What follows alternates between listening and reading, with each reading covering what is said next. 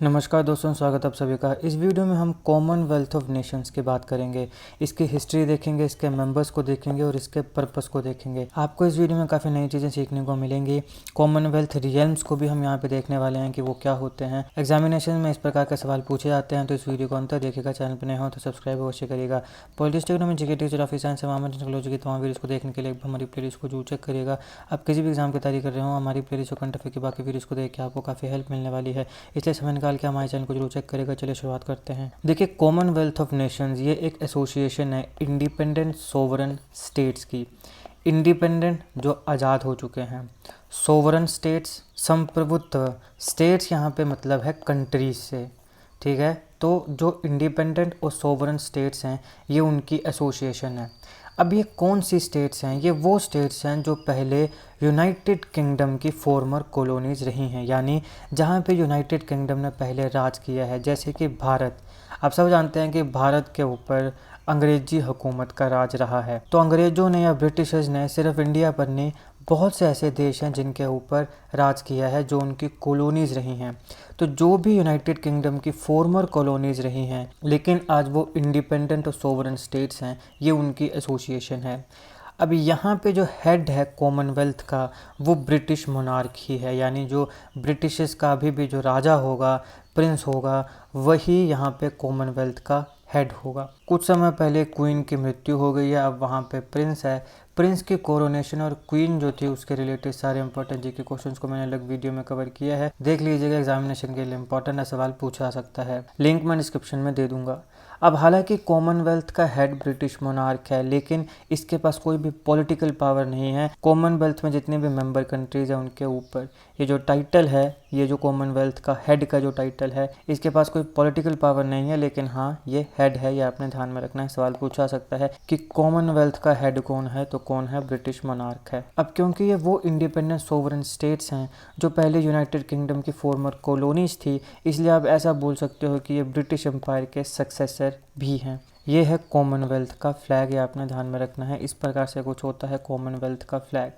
History की बात करें तो सबसे पहले 1887 में लॉर्ड रॉसबेरी ने ब्रिटिश एम्पायर को कॉमनवेल्थ ऑफ नेशंस ऐसे डिस्क्राइब किया था। फिर वर्ल्ड वार 2 होता है। वर्ल्ड वार 2 के बाद पोस्ट वर्ल्ड वार 2 सब जानते हैं कि ब्रिटिश एम्पायर काफ़ी डिसमेंटल हो चुका था।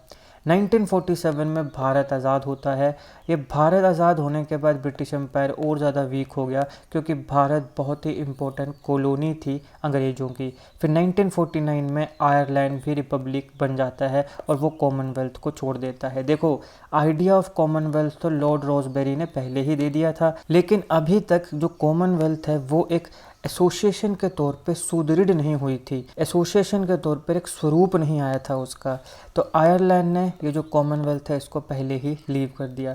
फिर 1950 में 1950 में लंदन डिक्लेरेशन होती है। यहाँ पे जो मेंबर्स थे कॉमनवेल्थ के, उन्होंने जो ब्रिटिश मोनार्क है उसको कॉमनवेल्थ का हेड एक्सेप्ट किया और कॉमनवेल्थ ऑफ नेशन ऑफिशियली यहाँ पर इस्टेब्लिश हुआ। तो मैंने आपको पहले क्या बताया कि पहले इसका आइडिया था, लेकिन ऑफिशियली ये इस्टेब्लिश नहीं हो पाई थी।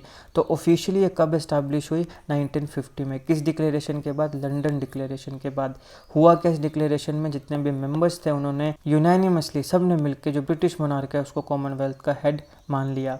अब 1965 में कॉमनवेल्थ सेक्रेटरीट इस्टेब्लिश होता है और ये मेन इंटर गवर्नमेंटल एजेंसी है कॉमनवेल्थ सेक्रेटरीट की। यहाँ पे ये सेंट्रल इंस्टीट्यूशन माना जाता है कॉमनवेल्थ ऑफ नेशंस का, कॉमनवेल्थ सेक्रेटरीट। अब कॉमनवेल्थ ऑफ नेशंस में इस समय 54 मेंबर स्टेट्स हैं। ये पूरी दुनिया की 30% टोटल पॉपुलेशन को रिप्रेजेंट करता है और पूरे दुनिया के 1/4 एक चौथाई एरिया को ये कवर करता है। तो पूरी दुनिया का 1/4 एक चौथाई एरिया और टोटल पॉपुलेशन का 30% रिप्रेजेंट करता है कॉमनवेल्थ ऑफ नेशन। इसकी जो मेंबरशिप है ये लगभग सभी के लिए ओपन रहती है जो भी एसोसिएशन के बेसिक एम्स को एक्सेप्ट करें। ये रिक्वायरमेंट है कि जो भी मेंबर बनेगा उसका प्रेजेंट यानी कि इस समय या फिर इतिहास में कोई ना कोई कॉन्स्टिट्यूशनल लिंक होना चाहिए यूनाइटेड किंगडम के साथ, या फिर बाकी जितने भी कॉमनवेल्थ मेंबर्स हैं उनके साथ कोई ना कोई कॉन्स्टिट्यूशनल लिंक होना चाहिए। या तो अभी कोई ना कोई कॉन्स्टिट्यूशनल लिंक हो या फिर पास्ट में कोई ना कोई कॉन्स्टिट्यूशनल लिंक रहा हो। अब कॉमनवेल्थ ऑफ नेशन के स्ट्रक्चर की अगर हम बात करें तो देखिए ये प्राइमरीली एक ऑर्गेनाइजेशन है कंट्रीज़ की, जहाँ पे अलग अलग इकोनॉमिक बैकग्राउंड्स के डाइवर्स इकोनॉमिक बैकग्राउंड वाले देशों को भी अपॉर्चुनिटी दी जाती है क्लोजली और इक्वली एक दूसरे के साथ इंटरेक्ट करने के लिए।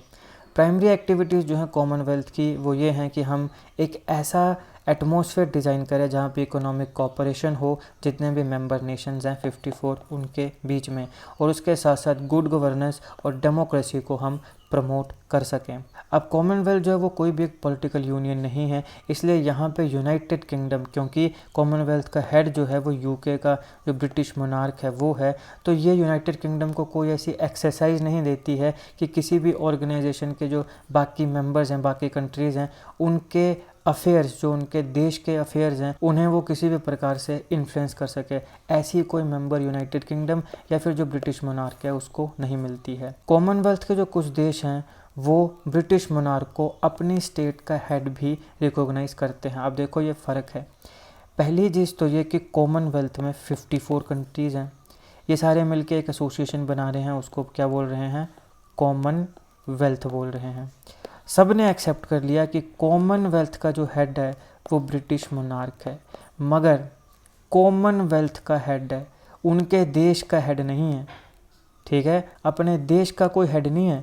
कॉमनवेल्थ जो एक एसोसिएशन है उसका हेड है ब्रिटिश मोनार्क। लेकिन फिर यहाँ पे कुछ ऐसे देश भी आए जिन्होंने कहा कि कॉमनवेल्थ के साथ साथ हमारा जो स्टेट है, स्टेट का मतलब यहाँ पे कंट्री है, तो हमारा जो स्टेट है उसका भी हेड कौन है, ब्रिटिश मोनार्क। ठीक है, मैक्सिमम ने क्या कहा, 54, सबसे पहले 54 के 54 मेंबर्स ने क्या बोला कि हम एक एसोसिएशन बना रहे हैं, that is Commonwealth. Commonwealth association का हेड कौन है, ब्रिटिश मोनार्क। फिर कुछ मेंबर कंट्रीज ने बोला कि हमारी स्टेट का भी हेड कौन होगा, ब्रिटिश मोनार्क।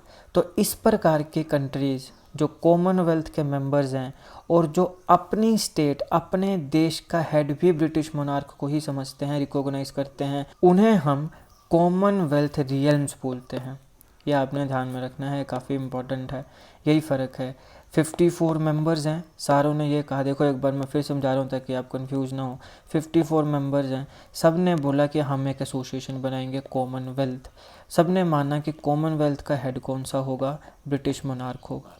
कुछ कंट्रीज़ ने बोला कि हम अपनी स्टेट का हेड भी ब्रिटिश मोनार्क को ही बनाएंगे। ये क्या बन गए, ये बन गए कॉमनवेल्थ रियल्म्स। तो ये वो देश हैं जो ब्रिटिश मोनार्क को अपना स्टेट का हेड भी मानते हैं, जबकि ये सोवरन और इंडिपेंडेंट कंट्रीज़ हैं। अब ये कॉलोनीज़ नहीं है, ये इंडिपेंडेंट कंट्रीज़ हैं, लेकिन फिर भी ये ब्रिटिश मोनार्क को अपनी स्टेट का हेड मानते हैं। इनको क्या बोलते हैं, कॉमनवेल्थ रियल्म्स बोलते हैं। अब टोटल 54 कंट्रीज़ में कितने देश हैं जो कॉमनवेल्थ रियल्म्स में आते हैं, माने जो अपनी देश का, अपनी स्टेट का जो हेड है वो ब्रिटिश मोनार्क को मानते हैं, तो उनका नंबर 15 है।